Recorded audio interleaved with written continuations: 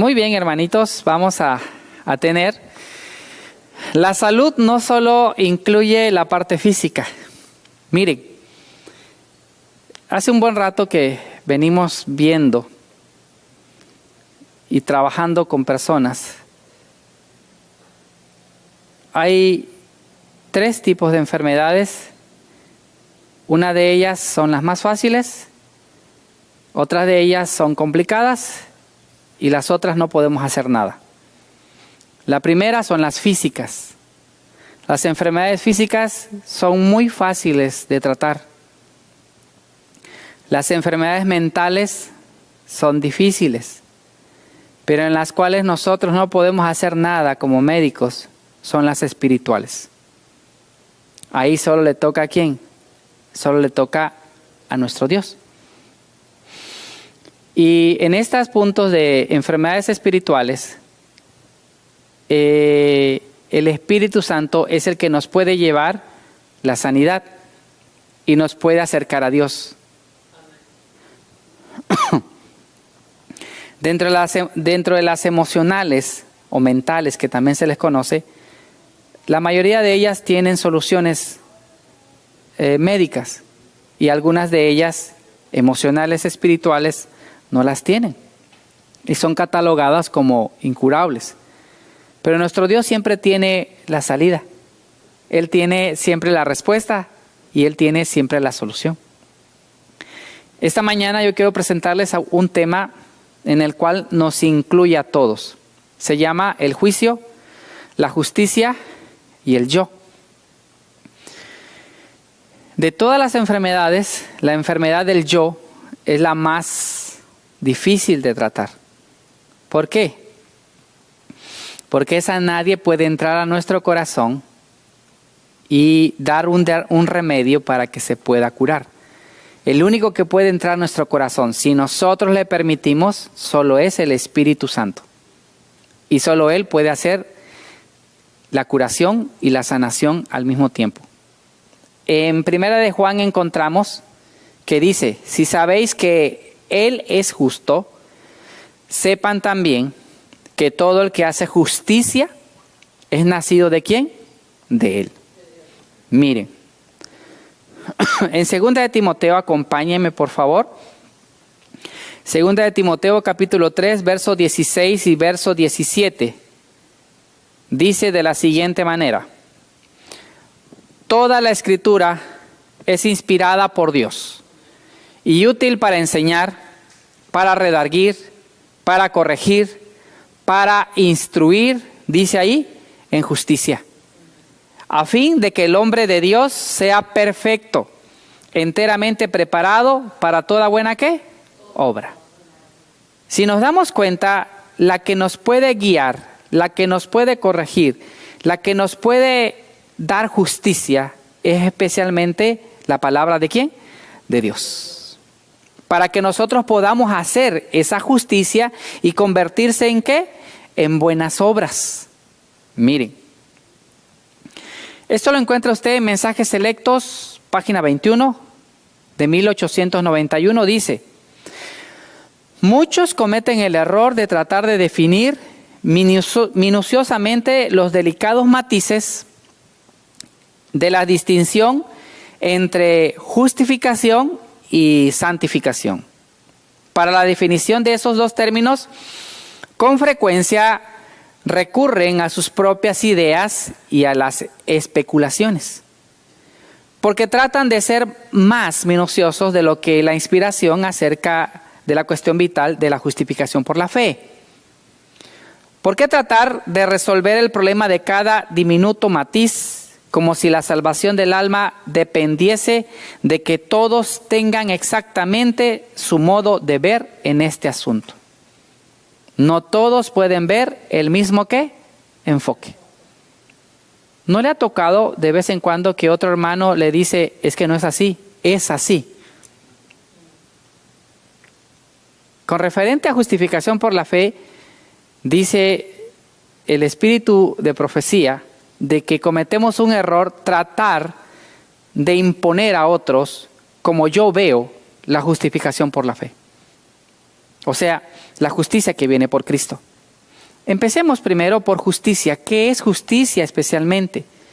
Justicia, especialmente, hermanos, es rectitud o conformidad a la voluntad de Dios, lo cual verdaderamente incluye todas las virtudes cristianas. O sea, se hace un completo, es completamente la justicia. Ahora, ¿qué dice el Espíritu Profecía?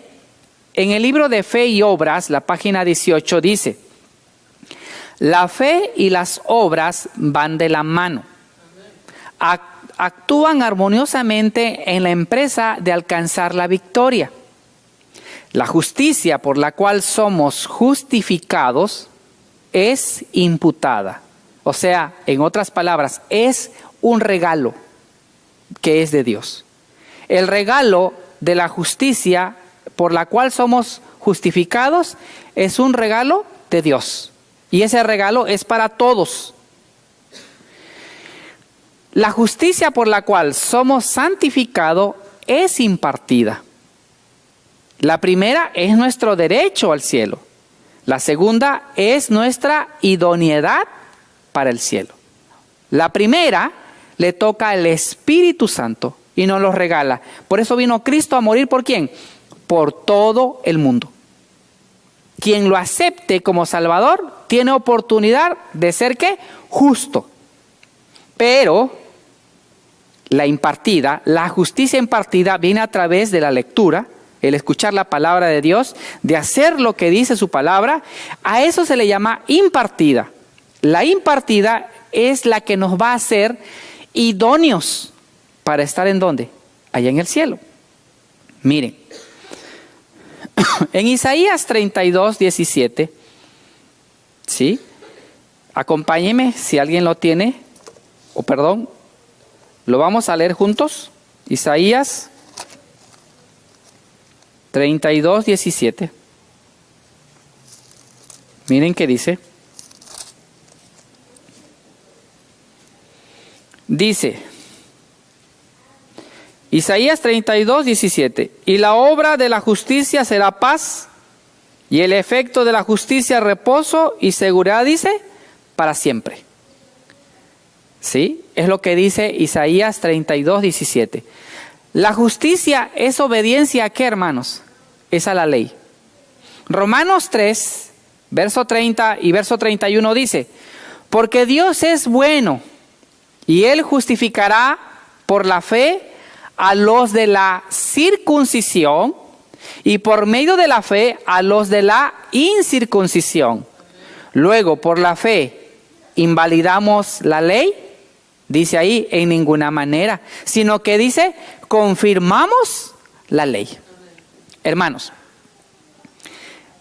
¿quién es el que justifica tanto al gentil como al judío? Es Dios. Y hermanos, entonces, si Cristo me justifica, entonces no hay necesidad de guardar la ley. Dice Romanos 3, 30 y 31. No, al contrario. ¿Qué dice? Confirmamos que la ley es buena. Miren, en Fe y Obras, en la página 104 y 105 dice: la justicia es obediencia a la ley. La ley demanda justicia, y ante la ley el pecador debe ser, ¿qué dice? Justo, pero es incapaz de serlo. La única forma en que puede obtener la justicia es mediante ¿qué? La fe. Por fe puede presentar a Dios los méritos de Cristo, y el Señor coloca la obediencia de su Hijo en la cuenta del pecador. La justicia de Cristo es aceptada en lugar del fracaso del hombre, y Dios recibe, perdona y justifica al creyente, y arrepentida la trata como si fuera justa, y la ama como ama ¿a quién? A su Hijo. Cuando nosotros vamos delante de la presencia de Dios, hermanos, nada de nosotros, nada de lo que nosotros hacemos puede servir como una ofrenda para Dios, salvo que sea ¿qué? Regada con la sangre preciosa de Cristo Jesús. ¿Qué significa eso? Solo cuando a través de Cristo, por la fe en Cristo, Usted y yo vamos al Padre y entonces el Padre no nos mira a nosotros, pecadores, malos pensamientos, lo que usted quiera agregarle más, sino que mira a quién. Mira a Cristo Jesús, que es su Hijo. Eso es precioso, porque ya no me mira a mí como pecador, sino me mira como justo, como alguien que jamás ha pecado. Aunque yo puedo verme en el espejo y soy ¿qué? Soy pecador. Mire que sigue diciendo. De esta manera la fe es contada por justicia y el alma perdonada puede avanzar de gracia en gracia, de la luz a una luz ¿qué? Mayor. Puede decir con regocijo lo que se encuentra en Tito capítulo 3, versos 5 al 7. No por obras de justicia que nosotros hubiésemos hecho, sino por su misericordia, por el lavamiento de la regeneración y por la renovación en el Espíritu Santo, el cual derramó en nosotros abundantemente por Jesucristo nuestro Salvador, para que justificados por su gracia, viniésemos a ser herederos conforme a la esperanza de la vida ¿qué? Eterna. Solo en Cristo, hermanos, nosotros podemos ser ¿qué? Justos. Ahora veamos el caso de la justicia propia. El caso de la justicia propia, o como muy comúnmente lo conocemos como el yo. Proverbios capítulo 20, verso 6 dice así: muchos hombres proclaman cada uno su propia ¿qué? Bondad, pero hombre de verdad, ¿quién lo hallará? Cuando vi estas palabras, también se encuentra ustedes otra palabra que dice así, solo que lo dice hacia la mujer. Está en el capítulo 31 de Proverbios. ¿Sí? Mujer virtuosa, dice, ¿verdad? ¿Quién la hallará? Pero aquí también habla del hombre. O sea, hombre de verdad, ¿quién lo hallará? Dice Proverbios 26. Proverbios 30:12 dice: hay generación limpia en su propia opinión, si bien no se ha limpiado de su inmundicia. ¿Cómo se cree o cómo nos creemos especialmente? A veces, yo estoy limpio, yo no tengo ningún problema. Hasta decimos, yo no sufro ninguna enfermedad. Sigue diciendo, Lucas capítulo 16, verso 15. Entonces les dijo: ustedes son los que se justifican a ustedes mismos delante de los hombres, mas Dios conoce sus corazones, porque lo que los hombres tienen por sublime delante de Dios, ¿qué dice? Es abominación. Hermanos, luego por la fe invalidamos nosotros la ley. Romanos 3:31 dice: en ninguna manera, sino que confirmamos ¿qué cosa? La ley. ¿Qué es entonces justificación por la fe? ¿Es justicia propia? Miren, estas citas ustedes las pueden ver, solo voy a relatarlas para que no nos gane mucho el tiempo. En Lucas capítulo 18, versos 9 al 14, usted puede encontrar al fariseo y al publicano. ¿Se acuerdan? Los dos van al templo. El fariseo se llega hasta el frente para que lo puedan ver todos. Está de pie y mira que todos están orando al Señor y él se para y dice: Dios mío, ¿yo soy qué? Yo diezmo, yo doy ofrendas, yo doy esto, yo hago el otro. Y delante de él pone también su ofrenda para que todos lo puedan ver. Pero especialmente el publicano no quiere entrar ni al templo, y desde afuera, ¿qué hace este publicano? Se golpea el pecho y dice: no soy digno ni tan siquiera de entrar. Perdona, ¿qué dice? Mi pecado. Y Jesús mencionó con referente a esto: ¿quién salió más justificado, hermanos? Quien salió más justificado especialmente, dice, es el publicano, porque entregó ¿qué cosa? Su corazón y se humilló a Dios. El otro se encuentra en Mateo capítulo 19, los versos 16 al 24. es el joven rico. ¿Se acuerdan del joven rico? Este joven rico especialmente vio emocionado a Jesús, cómo la gente seguía a Jesús, cómo la gente era sanada por Jesús. Y él estaba emocionado porque quería hacer especialmente lo que Jesús estaba haciendo. Y le pregunta, ¿cómo puedo ir al cielo? O sea, ¿cómo puedo ganar la vida eterna? Y Jesús le contestó, guarda los mandamientos. Y el joven rico le dijo, los he guardado desde mi juventud. Desde pequeño lo he guardado. Entonces Jesús le respondió, pues si lo has guardado, vende todo lo que tienes y sígueme. Entonces el joven rico, ¿qué hizo? No quiso hacerlo. Y Jesús les comentó a sus discípulos que es más fácil que pase por el ojillo de una aguja, un camello, que los ricos puedan, ¿qué? Entrar especialmente al reino de Dios.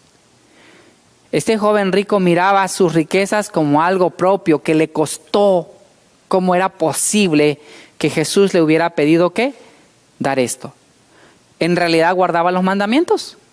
¿O solo era religioso? Miren, el otro punto se encuentra en Juan capítulo 3, verso 1 al 21. Aquí está el caso de ¿quién? De Nicodemo. Nicodemo era un príncipe de los fariseos. Estaba en el Sanedrín, pero admiraba a Jesús él. Pero no podía ir de mañana porque si lo miraban de mañana que se acercaba a Jesús, pues lo iban a hacer ¿qué? Traidor. Entonces lo hizo de noche. Y le preguntó a Jesús cómo podía encontrar la vida eterna o la salvación también. Y Jesús le contestó, ¿es necesario qué cosa? Nacer de nuevo. Él, con tanto conocimiento de universidad, no pudo discernir lo que Jesús le estaba mencionando. ¿Y qué le estaba mencionando Jesús? Que entregara ¿qué cosa? Su corazón a Dios. Nacer de nuevo por agua y por el Espíritu, era necesario entregarse completamente ¿qué? El corazón a nuestro Padre Celestial. Cada uno de ellos, lo que ustedes vemos, el fariseo, el joven rico y Nicodemo, tenían suficiencia ¿qué? Propia. Tenían obras ¿qué? Propias. Tenían amor por lo que ellos habían hecho con sus manos. Tenían amor por su sabiduría y por los puestos ¿qué? Públicos. Hermanos, Isaías 64, versos 6 y 7 dice, si bien todos somos como suciedad y todas nuestras justicias como trapo de ¿qué? Inmundicia. Y caímos todos nosotros como la hoja y nuestras maldades nos llevaron como viento. Nadie hay que invoque tu nombre, que se despierte para apoyarse en ti. Por lo cual escondiste de nosotros tu rostro y nos dejaste marchitar en poder de nuestras ¿qué? Maldades. ¿Cómo son nuestras justicias, hermanos, delante de nuestro Dios? Como trapos de ¿qué? De inmundicia. Y hermanos, cuando Dios nos deja que nos toque las perplejidades, dice que parecemos como las hojas cuando se marchitan. Sigue diciendo, verso 8 y 9. ¿Cuál debería ser nuestra petición? Ahora pues, Jehová, tú eres nuestro Padre. Nosotros somos barro y tú el que nos formaste. Así que obra de tus manos somos todos nosotros.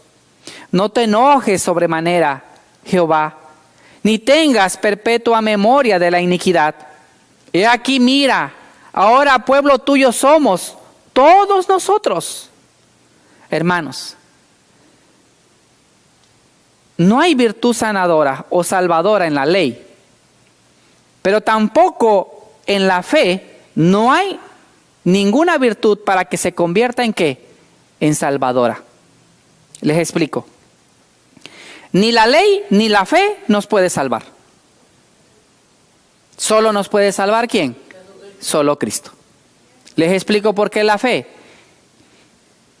Los que no creen en Cristo y especialmente tienen otro tipo de dioses, otro tipo de manera de fe, Pudiéramos decir que ellos podrían ser salvos por su fe, pero no.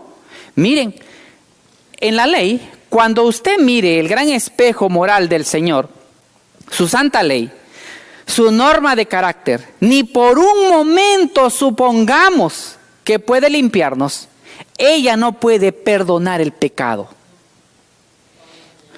Ahora, el caso de la fe no puede quitar nuestra culpa. Por la fe sencillamente solo nos tomamos de la mano de la provisión amplia y gratuita hecha por la sangre de Cristo. Cristo, hermanos, es el poder de Dios para la salvación. A todos los que creen en Él, el pecador no puede depender de sus propias buenas obras como medio de justificación. Solo Cristo es el que puede sanarnos. Solo Cristo es el que puede, ¿qué? Sanarnos también. ¿Por qué a veces confiamos más en el hombre que en Cristo? A veces me he preguntado ese punto. ¿Saben por qué? Porque al hombre lo puedo ver y a Cristo no lo veo. Al hombre le puedo reclamar y golpearlo. A Cristo no lo puedo, ¿qué? Tocar, ni hacerle nada. Pero solo cuando ese hombre ya no puede ayudarme, ya no tiene solución a mi problema, y ya todos los hombres en esta tierra ya te dijeron que no pueden hacer nada por ti, ¿quién es el único que puede hacer algo por ti? Solo Cristo. Solo Él. Él tiene el remedio. Hermanos, miren, la fe en Cristo que salva al alma no es lo que muchos presentan. Cree es su pregón. Solo cree en Cristo y serás salvo. Es el único que necesitas hacer. La fe verdadera, a la vez que confía enteramente en Cristo para la salvación, conducirá a la perfecta conformidad con la ley de ¿quién? De Dios. La fe se manifiesta en las obras y el apóstol Juan declara: el que dice yo le conozco y no guarda sus mandamientos, el tal es ¿qué? Mentiroso, y la verdad que dice no está en él. Hermanos, hoy muy poco vamos a entrar a una etapa en que la cristiandad tomará decisiones. O camina con Cristo como Él le ha dicho, o solo, como dice Isaías. Acompáñenme por favor, Isaías capítulo 4, miren qué dice.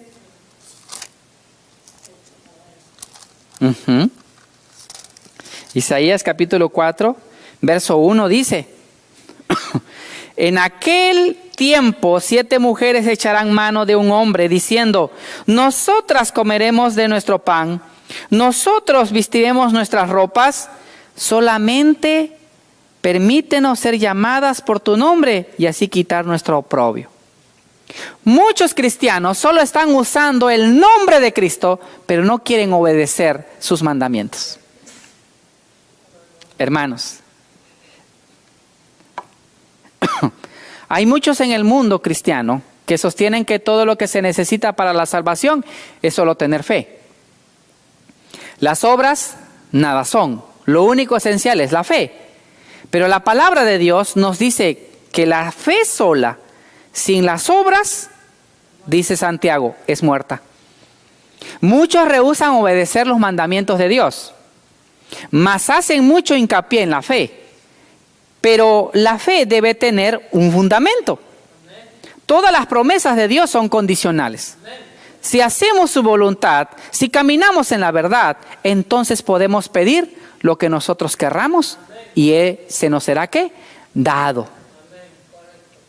Cuando tratamos fervorosamente ser obedientes, Dios escucha nuestra petición, pero Dios no nos bendecirá si estamos en desobediencia. Si escogemos desobedecer sus mandamientos, podemos nosotros gritar fe, fe, solamente fe, y la respuesta vendrá de la segura palabra de Dios. La fe sin obras es ¿qué? Muertas. La fe sin los mandamientos de Dios no sirve. Hermanos, ahora entramos al otro punto, que es el juicio. Ya vimos de que la justicia solo viene de Cristo. Y la justificación por el yo, o la justicia por el yo, o justicia propia, ¿no sirve de qué? De nada. No puede presentarse como una ofrenda para nuestro Padre Celestial. Con referente al juicio, dice, es la facultad de distinguir lo verdadero de lo falso, o el bien del mal. Es un proceso legal para poder determinar la culpabilidad o la inocencia de una ¿qué? Persona. Eclesiastés capítulo 3, verso 15 y 16 dice, aquello que fue, ya es, y lo que ha de ser, fue ya. Y Dios restaurará lo que pasó. Vi más debajo del sol, en lugar del juicio, allí impiedad. Y en lugar de la justicia, allí iniquidad. ¿Está pasando eso, hermanos, hoy en día? Solo mire lo que está pasando ahorita con esa nueva pandemia que está pasando. Todos los gobiernos, como que si se hubieran colocado, o todos de acuerdo, ¿sí o no? Desde China hasta aquí en este país, y todo país que está metido en las Organizaciones Unidas, especialmente, tienen que llevar a cabo este plan. Y todos, donde quiera que ven, es una obligación colocarse ese medicamento. Porque si no, no podrás trabajar, no podrás vender, no podrás ni subirte a los autobuses o camiones públicos. O sea, hermanos, donde supuestamente la justicia debe de ser, ¿empieza qué? La impiedad y la iniquidad. Eclesiastés capítulo 3, verso 17 dice, y dije yo en mi corazón, al justo y al impío juzgará ¿quién? Dios. Porque allí hay un tiempo para todo lo que se quiere y para todo lo que se hace. ¿A quién juzgará Dios? A los dos. Tanto al justo como ¿a quién? Al impío. Y miren, usted puede ver en Conflicto de los Siglos con referente a esto, juicio investigador, qué casos se consideran especialmente en ese juicio investigador. En el rito simbólico, solo aquellos que se habían presentado ante Dios arrepentidos y que confesaban sus pecados y cuyas iniquidades eran llevadas al santuario por medio de la sangre del holocausto que se ofrecía, tenían anticipación en el servicio del día de la expiación, o también conocido como el día del perdón. Del mismo modo, en el gran día de la expiación final y del juicio, los únicos casos que se consideran son aquellos que han profesado ser hijos de Dios. El juicio de los impíos es obra ¿qué? Distinta y se va a verificar en fechas posteriores. Entendamos esto. El juicio investigador se está llevando solo para los justos, ahorita. Pero el juicio investigador para los impíos será después de que venga Cristo por segunda vez. A eso le conocemos como el milenio. En 1 de Pedro, capítulo 4, verso 17 dice, es tiempo que el juicio comience por la casa de Dios. Y si primero comienza por nosotros, ¿cuál será el fin de aquellos que no obedecen al Evangelio de Dios? Hermanos, el día de ayer se cumplió 177 años, especialmente que Cristo o nuestros pioneros, en el estudio que Dios le dio para poder entender acerca de una de las fiestas del santuario que se celebraba y que Cristo estaba pasando del lugar santo al lugar ¿qué? Santísimo. El 22 de octubre de 1844. Ayer se cumplió 177 años que Cristo pasó del lugar ¿qué? Santo al lugar santísimo. Abajito le coloqué que a eso lo llamamos el juicio investigador, nosotros los adventistas. O también lo conocemos como el día del perdón. Los judíos le llaman el Yom Kippur. Para ellos, o sea, en el calendario caraíta o el calendario judío, se celebró ya el 15 al 16 de septiembre del 2021. O sea, casi un poquito antes de que nosotros lo celebrásemos, porque acuérdense que nuestros pioneros lo hicieron conforme al calendario ¿qué? Judío. Pero hermanos, tenemos un gran día de perdón. Llevamos de juicio investigador 177 ¿qué? Años. Entendamos el caso del juicio investigador. El juicio tiene dos preámbulos. El primero es el investigador y el segundo es el ejecutivo.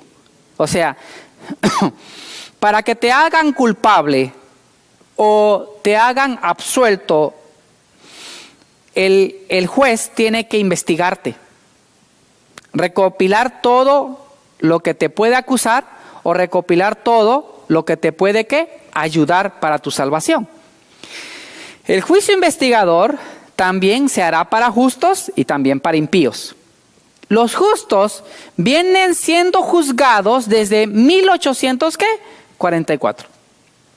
Todavía usted y yo no hemos pasado. Dice la sierva del Señor, quienes han entrado ahorita al juicio investigador son todos los que han muerto en el nombre de Cristo. O sea, en los que creyeron y que hicieron a Cristo como su Salvador. Usted y yo pronto entraremos. Los impíos va a celebrarse durante los ¿qué? 1000 años.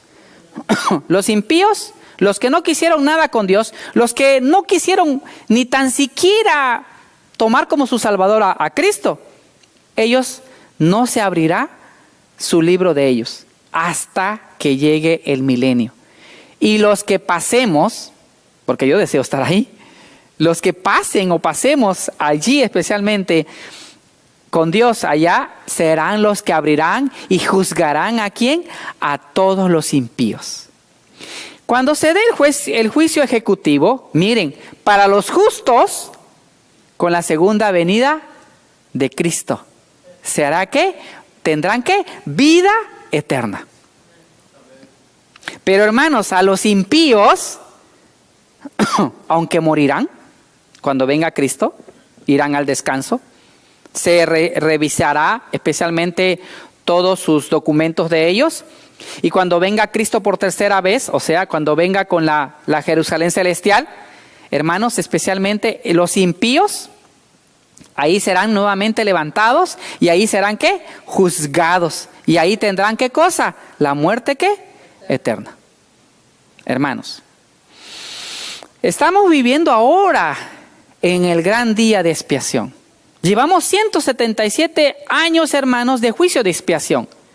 Cuando en el ritual simbólico el sumo sacerdote realizaba la propiciación por Israel, todos debían afligir sus almas, arrepentirse de sus pecados y humillarse ante el Señor si no querían verse separados del pueblo. ¿Qué debiéramos estar haciendo nosotros, hermanos? Todos los días entregar nuestro corazón al Señor. Todos los días decirle, Señor, soy tuyo. Señor, transforma mi vida. Señor, ayúdame a que yo pueda ser semejante a Cristo. Ahora, ese es lo ideal. La realidad es otra, ¿sí o no? ¿Cuántos muchos cristianos hoy solo vienen a la iglesia como un club, pero todos los demás días ni tan siquiera se acuerdan de Dios? ¿Se acuerdan que saben y que tienen una Biblia y que hay que estudiarla de vez en cuando? Pero sus acciones y sus obras dicen que no son ¿qué? Cristianos. Muchos hacen como Pedro cuando Jesús le dijo, ¿me vas a qué? Me vas a negar 3 veces. Y muchos de nosotros, yo nunca voy a negar a Jesús. Pero cuando muchas veces nos preguntan, ¿tú eres cristiano? Muchas veces nosotros, ni nuestra vestimenta, ni nuestro hablar, ni nuestras obras dicen especialmente que somos ¿qué? Cristianos.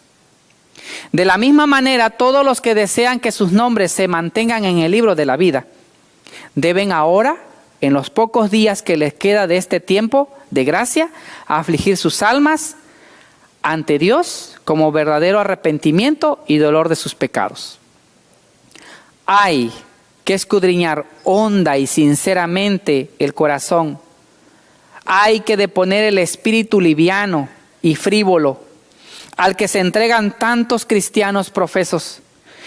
Empeñada lucha espera a todos los que quieran subyugar las malas inclinaciones que tratan de dominarlos. La obra de preparación es individual. No nos salvamos en grupos. La pureza y la devoción de uno no puede suplir la falta de esta cualidad ¿de qué? En otro. Hermano, hermana que me escuchas, tú que tienes hijos, tú no puedes salvar a tus hijos. Tú necesitas solo decirle que Cristo salva. El único que lo puede salvar es ¿quién? Solo Cristo. No es tu justicia tuya, es la justicia de ellos la que se presentará delante de Dios. Yo no puedo salvar tampoco a mi madre o a mi padre si ellos no son cristianos. Cuando se ponga en el juicio no será por familia los que pasarán, será individual, el padre solo, la madre sola, el hijo solo, la hija sola.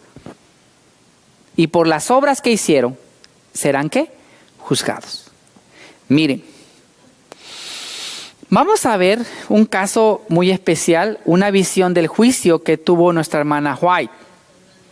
Esta visión dice, en la mañana del 23 de octubre de 1879, más o menos a las 2 de la mañana, el Espíritu de Dios descendió sobre de mí y contemplé escenas relativas al juicio venidero. Dice ella, carezco de un lenguaje adecuado para poder dar una descripción de las cosas que pasaron delante de mí y del efecto que tuvieron sobre mi mente. El gran día de la ejecución del juicio divino parecía haber llegado. La gente reunida delante del trono era 10,000 veces 10,000 en número. Usted multiplique 10,000 por 10,000, pues es un montón, ¿verdad? Muchos millones de personas. Y sobre el trono estaba sentado un personaje de apariencia majestuosa. Habían varios libros delante de él. ¿Qué había delante de él? Libros. Y sobre la tapa de cada uno estaba escrita esta frase: Libro mayor del cielo. Con letras de oro que parecían una llama ¿qué? Ardiente. Uno de esos libros contenía los nombres de los que pretendían haber creído, ¿qué cosa? La verdad. ¿Quiénes estaban siendo juzgados en esta visión que tuvo la hermana White? ¿Quiénes creen la verdad? Este fue abierto. Inmediatamente yo perdí de vista a los incontables millones que rodeaban el trono. Y únicamente los que habían profesado ser hijos de la luz y de la verdad ocupaban mi atención. Mientras estos eran nombrados uno por uno y mencionados sus buenas acciones, su rostro brillaba con un gozo santo que se reflejaba en todas direcciones. Pero esto no parecía ser lo que impresionaba con mayor ¿qué? Fuerza mi mente, dice. Otro libro fue abierto, en el cual estaban registrados los pecados de los que profesan la verdad. Bajo el encabezamiento general, egoísmo, venían todos los otros pecados. Habían también encabezamiento de cada columna, y debajo de estos, frente a cada nombre, estaban anotados en sus respectivas columnas los pecados menores. Bajo el título codicia venía el engaño, el robo, el fraude, la avaricia, y bajo el título ambición venía el orgullo y la extravagancia. Bajo el título celos estaba la malicia, la envidia, el odio, y bajo la intemperancia encabezaba una larga lista de terribles crímenes como la lascivia, el adulterio, la complacencia, las pasiones animales, etc. Mientras contemplaba todo esto, estaba llena de inexpresable angustia y exclamaba la sierva del Señor: ¿quién puede ser salvo? ¿Quién aparecerá justificado delante de Dios? Los mantos de quienes estarán inmaculados. ¿Quiénes son sin falta a la vista de un Dios puro y santo? ¿Quiénes pasaron en esta visión de juicio, hermanos? ¿Los impíos? ¿Sí o no? ¿Los impíos pasaron? No. ¿Quiénes pasaron? Los que creen la verdad presente. Los que se dicen ser hijos de Dios. Los que profesan con sus labios ser cristianos. Ellos pasaron delante de ellos. Y ahí está. Hermanos, el nombre, ponga su nombre de usted ahí o el mío. Yo coloqué el mío para poder entenderlo. Yo quiero estar con Cristo en el cielo. Yo deseo estar allí en la vida eterna. Pero ¿saben qué vio la sierva del Señor? El nombre de cada uno. Y ahí estaba todos nuestros pecados. ¿A poco somos codiciosos? ¿A poco en nuestro corazón hay ambición? ¿A poco en nuestro corazón hay celos? Y voy a taparlo eso porque nosotros no somos intemperantes, ¿verdad? Hermanos. Y ahí está cada uno de ellos. En la codicia, el engaño, el robo, el fraude y la avaricia. En la ambición, el orgullo y la extravagancia. En los celos, la malicia, la envidia y el odio. Y en la intemperancia dice que era una larga lista. Pero miren que sigue diciendo. Mientras el santo que estaba sentado en el trono daba vuelta con lentitud a las páginas del libro mayor y sus ojos descansaban por un momento en las personas, su mirada parecía quemar sus mismas almas. Al tiempo que toda palabra y acción de la vida de ellos pasaba delante de sus mentes, tan claramente como si estuvieran grabadas delante de su vista con letras de fuego, el temblor se posesionaba en ellos y sus rostros se volvían ¿qué? Pálidos. Eran juzgados los que en esta tierra fueron justos, los que en esta tierra han sido y serán juzgados. Dice la sierva del Señor que en ese momento se volvían pálidos porque no miraban nada bueno delante de ellos. Una clase de personas estaban registradas, escuchen esto, como los opresores de la tierra. Hago otra vez la pregunta. ¿Los opresores de la tierra son los impíos o son los justos? Otra vez.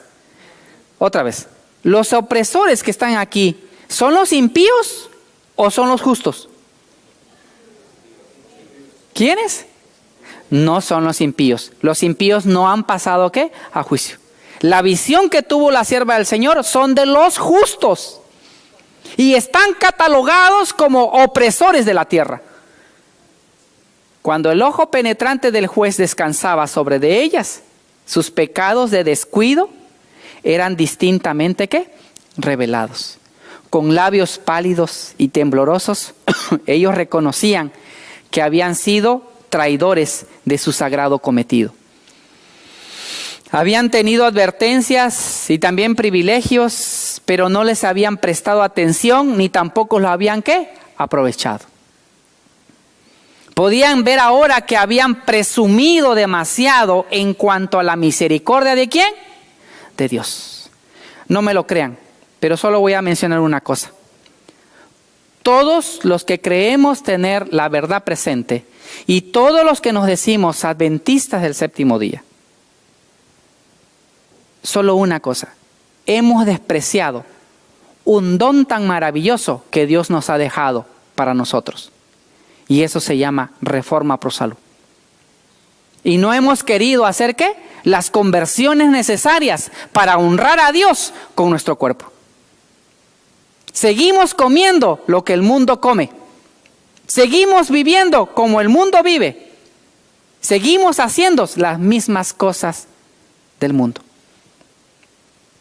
Es necesario, hermanos, cambiar. Es necesario deponer la liviandad que nosotros tenemos todavía. ¿Cómo nos agarró esta pandemia, hermanos? ¿Listos para lo que venía? ¿O nos agarró desprevenidos? ¿Por qué nos agarró desprevenidos si somos el pueblo que lee? ¿Por qué nos agarró desprevenidos? ¿Saben por qué? Porque especialmente hemos guardado ese libro y lo hemos tenido, ¿qué? En nuestra biblioteca, que se mira muy bonita. Pero no lo hemos puesto, ¿qué? En práctica. Hoy usted y yo debiéramos ser los que debiéramos ir a la cabeza del entendimiento de las enfermedades. Pero hoy somos, ¿qué? Dice las mismas escrituras, la cola. Hermanos, hay un ejemplo de Jaime White. La hermana White vio especialmente a su esposo.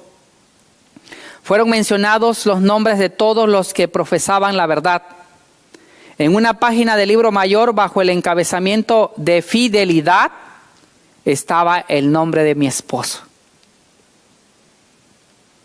Su vida, su carácter y todos los incidentes de nuestra experiencia parecían ser traídas con vividez a mi mente, dice la sierva del Señor. Mencionaré unos pocos hechos que me impresionaron. Se me mostró que Dios había calificado a mi esposo para una obra específica. Y en su providencia nos había unido para que hiciéramos avanzar esta obra. Por medio de los testimonios de su espíritu, Él le había impartido una gran luz. Mi esposo había pronunciado palabras de cautela, de advertencia, de reprobación y de ánimo. Y era debido al poder de la gracia de Dios por lo que nosotros habíamos sido capacitados para realizar una parte en la obra desde su mismo comienzo. Dios había preservado sus facultades mentales de Jaime White milagrosamente, a pesar de que sus facultades físicas se gastaban, ¿qué dice? Cada vez más.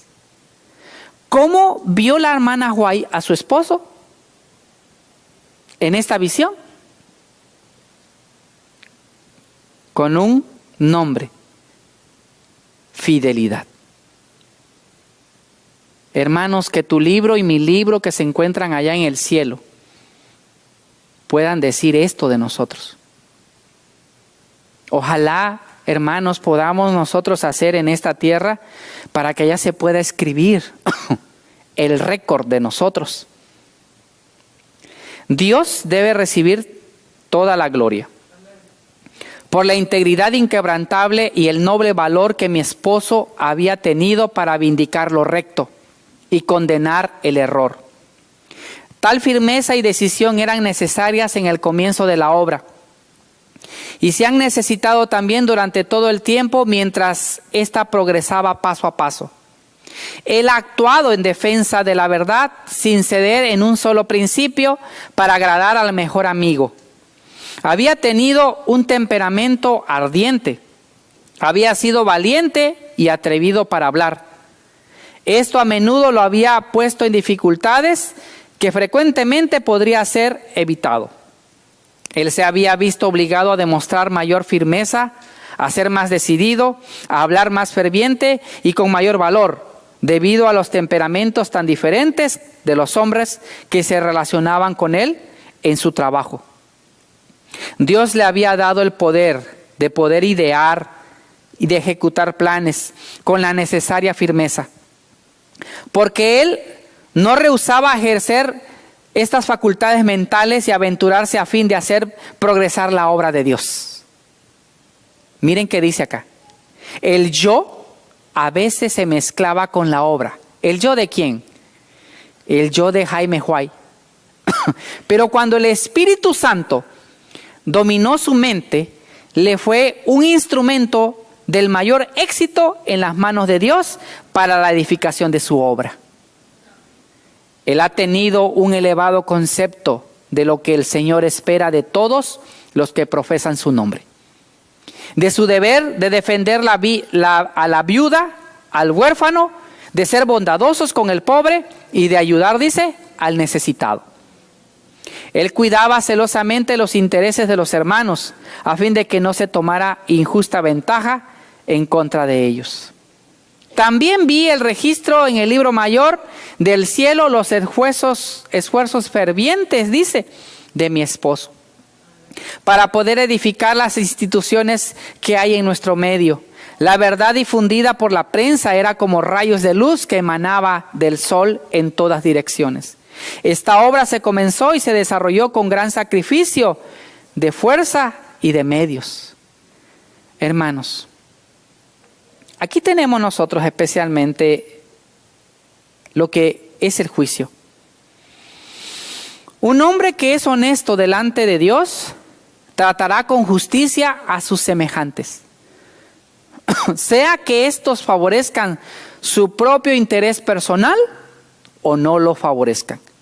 Los actos exteriores son un reflejo claro de los principios que tenemos en el corazón. Muchos a quienes Dios llamó a su obra han sido probados. Y muchos otros hay quienes Dios está, dice, probando actualmente. Hermanos, qué bendición si somos probados por Dios.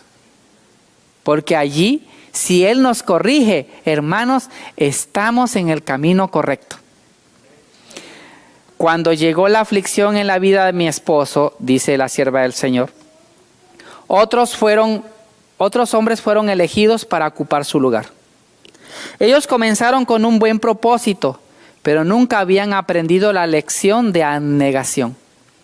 Si hubieran sentido la necesidad de agonizar con fervor delante de Dios diariamente y de arrojar sus almas en la obra con abnegación, no dependiendo del yo, sino de la sabiduría de Dios, habrían mostrado que sus obras eran realizadas en Dios. Si cuando ellas no satisfacieron la mente del Espíritu de Dios, hubieran escuchado los reproches y los consejos dados, habrían sido, dice, salvados del pecado. Hermanos, llegó su momento de la muerte de Jaime White. Y miren cómo lo dice la sierva del Señor. A pesar de las labores, los cuidados y las responsabilidades que llenaban la vida de mi esposo, ya aproximadamente 60 años que tenía, lo encontró activo, vigoroso de mente y de cuerpo. 3 veces había caído bajo el golpe de la parálisis. Y sin embargo, por la bendición de Dios, gracias a su constitución naturalmente fuerte y a la atención estricta de las leyes de la salud, pudo regresar a la actividad. Hermanos, la luz que tenían ellos no es la que tenemos hoy. Esa luz que tenían ellos era más bajita. La luz que tenemos hoy con referente a la luz, a la salud, es que más grande. Pero con ese poquito que tuvo Jaime White, él obedeció las leyes ¿qué? De la salud. ¿Y cómo lo obedeció? Estrictamente. De nuevo viajó, predicó, escribió con todo celo y energía acostumbrado. Había trabajado en la causa lado a lado con Cristo por 35 años y esperábamos permanecer juntos para presenciar la finalización triunfante de la obra. Pero tal no fue la voluntad de Dios. El protector elegido de mi juventud, el compañero de mi vida, el copartícipe de mis labores y aflicciones, fue arrebatado de mi lado. Y fui dejada sola para terminar mi obra y para continuar peleando, dice, la batalla. Algunas semanas antes de la muerte de mi esposo, yo le hablé con insistencia de la importancia de buscar un campo de trabajo que nos viéramos más libres de las cargas que necesariamente caían sobre nosotros, estando ¿en dónde? En Bariclir. En respuesta, él dijo acerca de varios asuntos que él requería su atención personal. antes de poder partir y dejar los deberes que correspondían a otros. Entonces, con un profundo sentimiento preguntó: ¿dónde están los hombres para hacer esta obra? ¿Dónde están aquellos que tengan un interés abnegado en nuestras instituciones y que se mantengan de parte de lo recto, sin dejar afectar por ninguna influencia que puedan sentir? Hermanos, si en aquel entonces era difícil hacer la obra del Señor, hoy, no me lo crean, es mucho más difícil todavía. ¿Por qué es más difícil?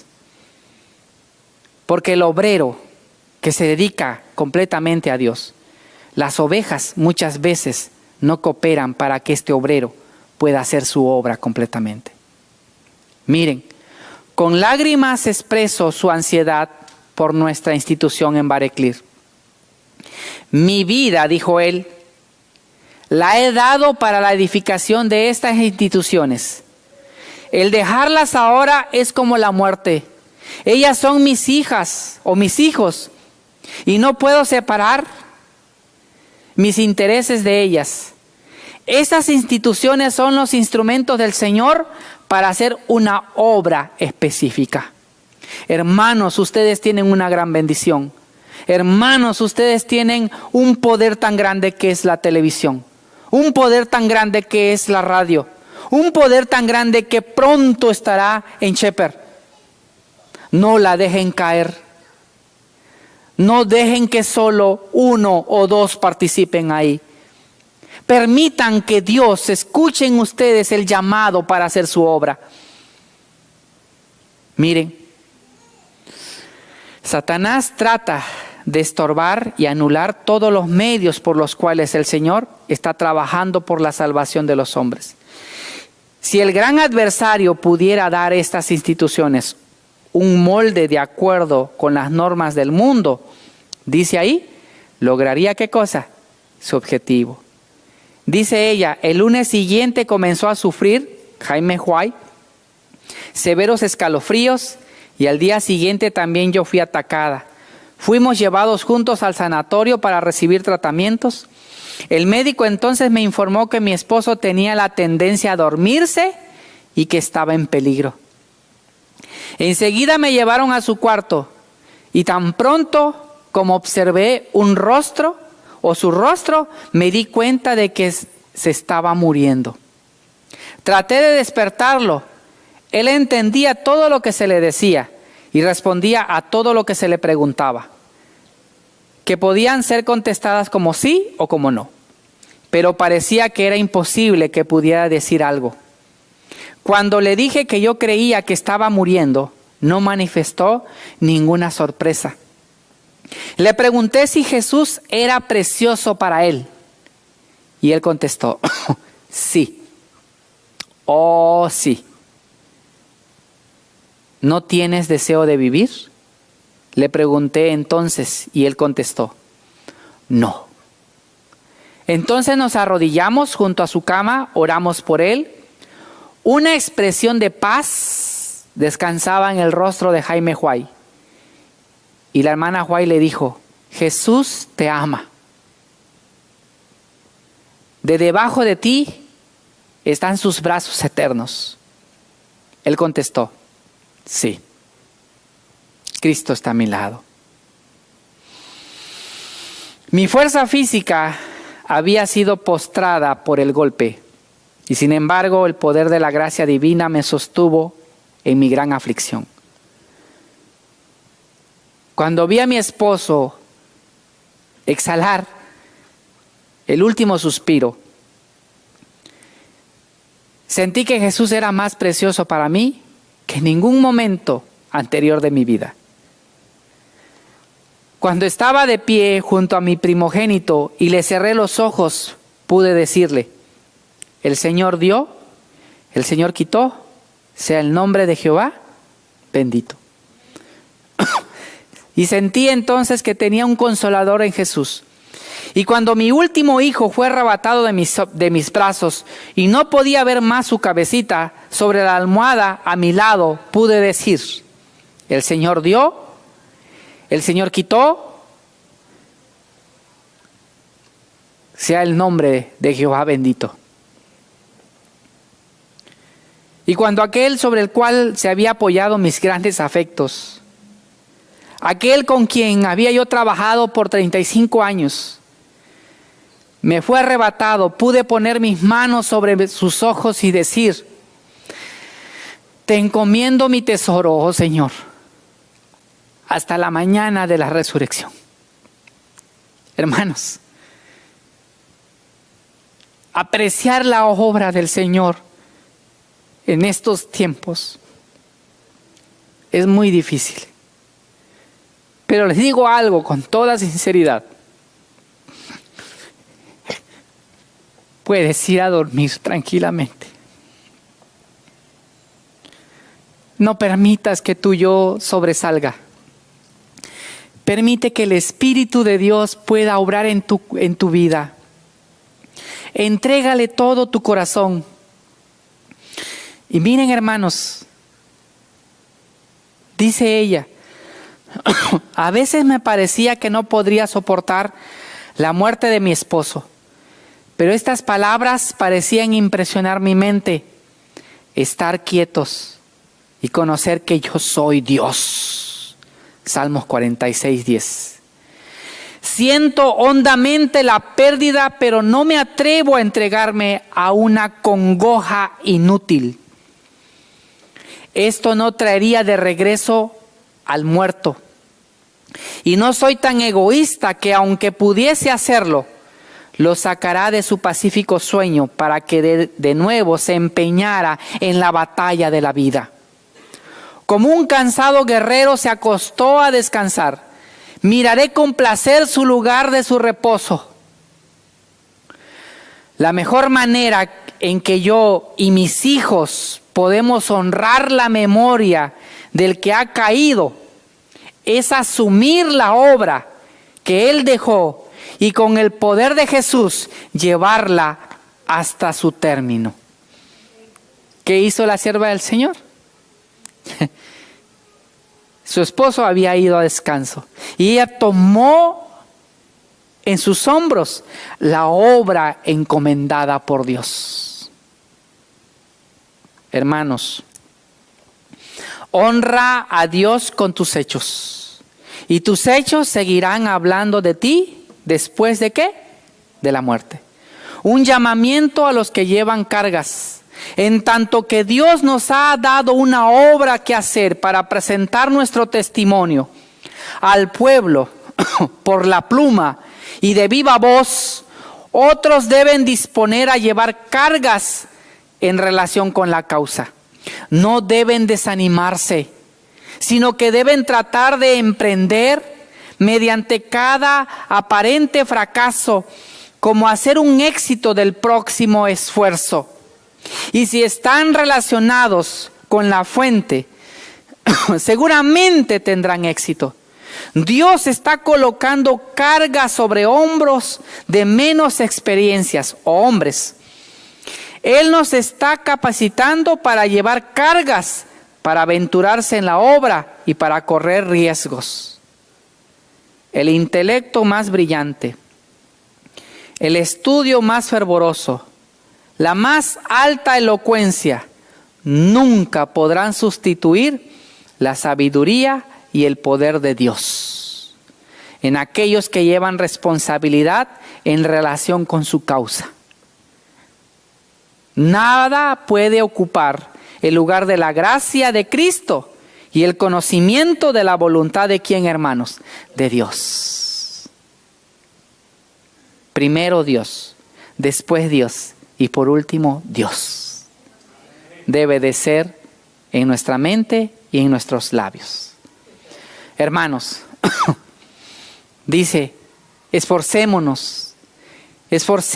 Gálatas 2:20 dice, con Cristo estoy ¿qué? Juntamente crucificado, y ya no vivo yo, mas vivo Cristo en mí.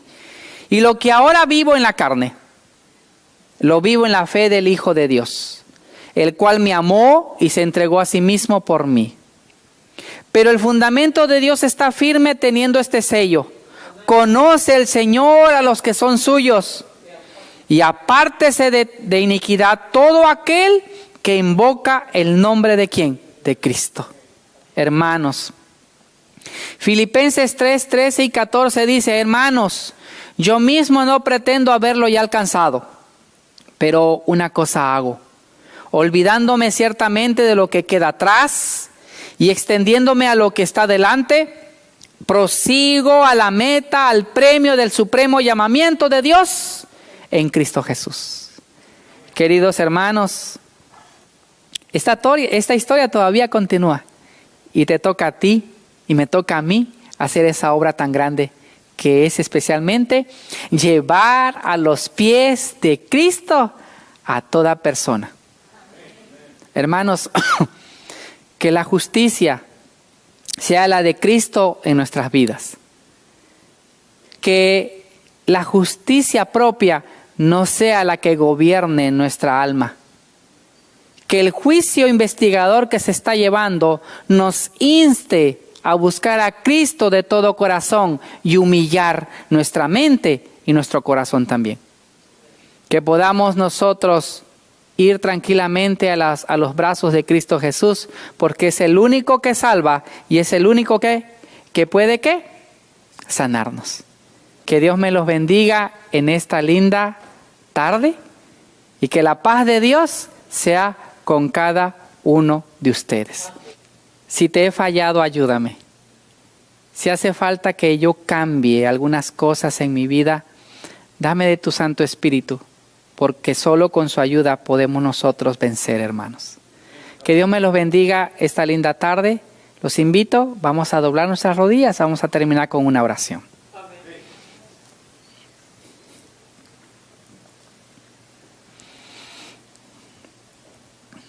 Padre, a ti, Padre, sea la honra y la gloria, oh Jehová de los ejércitos. Y aquí estamos, Señor, delante de ti. No tenemos ningún mérito. Hoy que tú nos has hablado a nuestros corazones, suplicamos que podamos ser, Señor, bendecidos por tu Santo Espíritu. Que podamos ser cubiertos por la justicia de Cristo. Y cada vez, Señor, que a nuestra mente o a nuestro corazón suba el yo, te suplicamos que nos humille, Señor. Porque solo así podremos nosotros reconocer que el único que se merece toda honra y toda gloria es Jehová de los ejércitos. Padre, bendice a tu pueblo aquí en Forward. A cada uno de mis hermanitos, por favor, guárdalos en el hueco de tus manos. Sé con ellos. A nuestros hermanos que nos están viendo a través, Señor, de la televisión, acércate también a ellos, Padre. Bendícelos y ayúdalos para que un día no muy lejano podamos nosotros verte cara a cara, Señor. Y podamos nosotros decir, gracias, porque nos ayudaste mientras estábamos en la tierra. Ahora, Señor, humildemente le suplicamos también por nuestros hijos, por nuestros padres y por nuestros hermanos que tal vez no están y no quieren caminar contigo. Por favor, no los olvides. Ponga a nosotros también, ístanos a que podamos hablarle de ti y de lo que tú has hecho en nuestras vidas para que ellos puedan ver que tú eres el único que sana y salva, Señor. Padre, gracias por esta bendición de tu palabra. Ahora humildemente le rogamos que también bendiga los alimentos que nuestros hermanos y hermanas prepararon gustosamente para que podamos, Señor, comerlas. Tú seas con nosotros, quédate en nuestros corazones, te lo rogamos en Cristo Jesús. Amén.